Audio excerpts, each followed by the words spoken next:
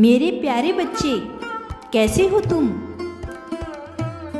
अगर तुम्हें यह संदेश मिला है तो इसमें कुछ अच्छा ही छुपा हुआ है। इसे तुम बीच में छोड़ने की गलती मत करना। अगर तुम महादेव जी से प्यार करते हो तो कमेंट में हर हर महादेव अवश्य लिखना।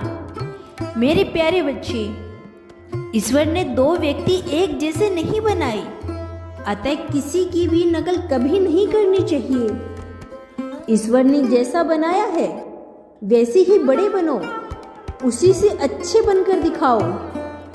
यह जीवन की पहली आवश्यकता है। नकल करने में व्यक्तित्व वही खत्म हो जाता है। दूसरे को देखकर स्वयं के व्यक्तित्व का विकास संभव नहीं मेरे बच्चे। हर व्यक्ति का एक सपना होता है।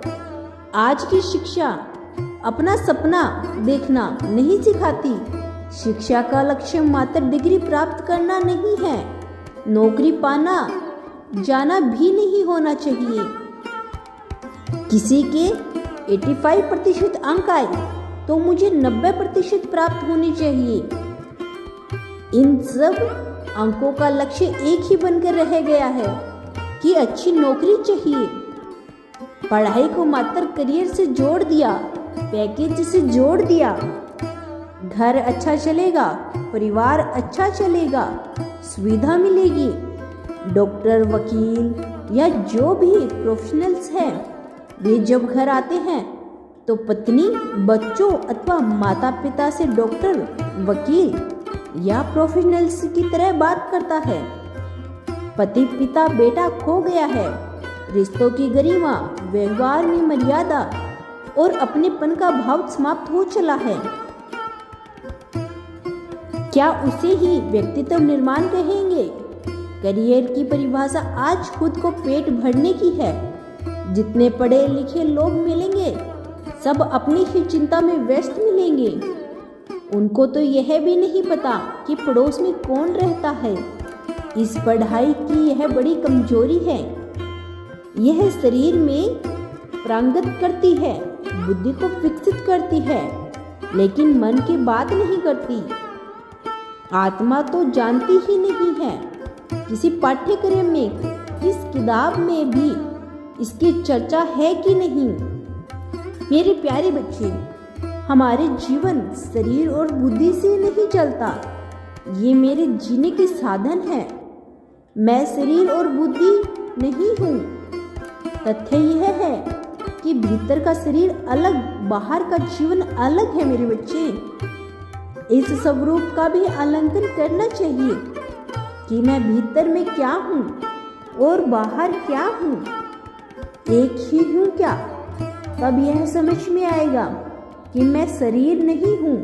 जितनी पढ़ाई सामने है यह शरीर और बुद्धि के लिए है, मेरे लिए नहीं है। इसमें मैं अपने लिए कैसे काम में लूँ? इसके बिना मेरा निर्माण कहाँ होगा? जब तक ज्ञान मेरे आत्म स्वरूप को जानने में काम नहीं आएगा, मेरा निर्माण नहीं होगा। आत्मा मरती नहीं है, पैदा भी नहीं की जा सकती। तब माता पिता किसको जन्म देते हैं? उन्होंने शरीर को जन्म दिया है, आत्मा को नहीं। जीव शरीर का अंश है। माता पिता तो जीवन की यात्रा के मार्ग हैं। मेरे प्यारे बच्चे, व्यक्तित्व निर्माण के लिए जीवन की सही दिशा का निर्धारण आवश्यक है। इस हेतु एक प्रयोग किया जा सकता है कि हफ्ते में 10 दिन के लिए मोबाइल की स्क्रीन पर 4 आइकन, पेन, नोट, बंदूक या तलवार और सेवा का कोई सिंबल रोज ना देखिए। जो प्रतीक आपको सबसे ज्यादा आकर्षित करेगा उसको जीवन का मार्ग बनाया जा सकता है। यदि कलम ने आकर्षित किया तो ज्ञान का मार्ग है। पढ़ने लिखने, अध्ययन, अध्यापन अथवा शोध करने से जुड़ता है। नोट या सिक्का अच्छा लगे तो व्यापार का मार्ग उपयुक्त है। जीवन के सारे आयाम इन संकेतों में शामिल होते हैं मेरे बच्चे। अतः सकलक पूर्व इसी दिशा में निर्धारित समय के आगे बढ़ने में सफलता निश्चित है। यदि यह संकल्प नहीं है तो हमें सूखे पत्ते की तरह हैं, जिधर हवा आएगी उधर उड़ते चले जाएंगे। फिर न तो मेरा कोई व्यक्तित्व है, न कोई आश्रय है, न मेरी पहचान है। संकल्प जीवन का बीज है, बीज ही पेड़ बनता है।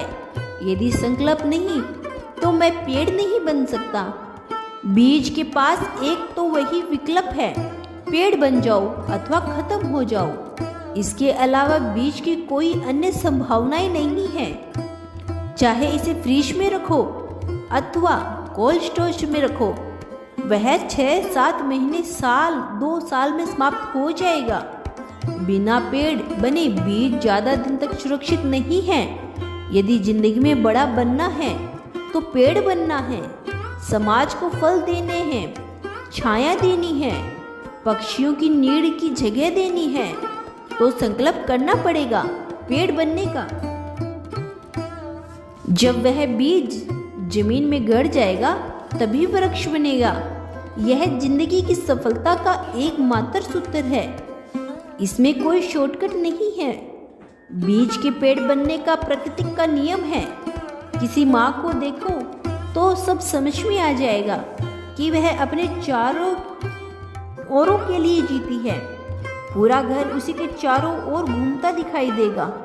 मनुष्य स्वतंत्र निर्णय लेकर अपनी जीवन यात्रा के पथ पर अग्रसर हो सकता है। तब आवश्यकता के विषय में चिंतन मनन की है।